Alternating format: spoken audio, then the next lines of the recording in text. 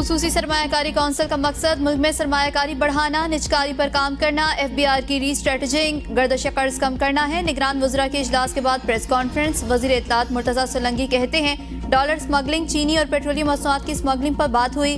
निगरान वज़ीर ख़जाना डॉक्टर शमशाद अख्तर ने कहा हम बतौर टीम काम करेंगे। काबीना की कमेटियाँ एक्टिव हो गई हैं, मुआशी बहाली पर काम शुरू कर दिया। निगरान वज़ीर तिजारत गौहर एजाज ने कहा गुज़श्ता हुकूमत बरामदात को 78 अरब डॉलर से 55 अरब डॉलर तक आई, बरामदात बढ़ेंगी तो डॉलर गिरेगा।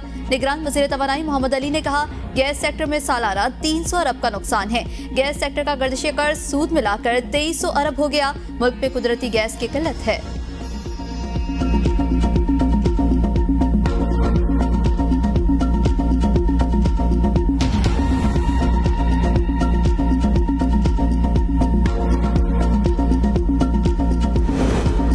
पंजाब हुकूमत ने चीनी स्कैंडल में मुलविस 13 डीलर्स के नाम FIA को दे दिए। जराये के मुताबिक लाहौर, खुशाब, सरगोदा और दीगर इलाकों के डीलर्स के नाम FIA को दे दिए गए। महकमे खुराक के मुताबिक चीनी स्कैंडल में मुलविस डीलर्स रूपोश हैं।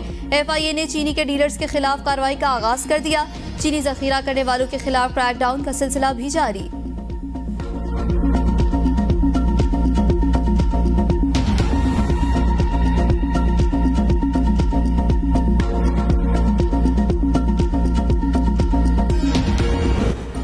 दफ्तर खारजा में सीनियर अफगान सिफारतकार की तलबी। ज़राए के मुताबिक तोरखा में बिला इश्तियाल फायरिंग और चित्राल में दहशतगर्दाना हमले पर सख्त एहतजाज। अफगान सिफारतकार को एहतजाजी मुरासला भी दिया गया।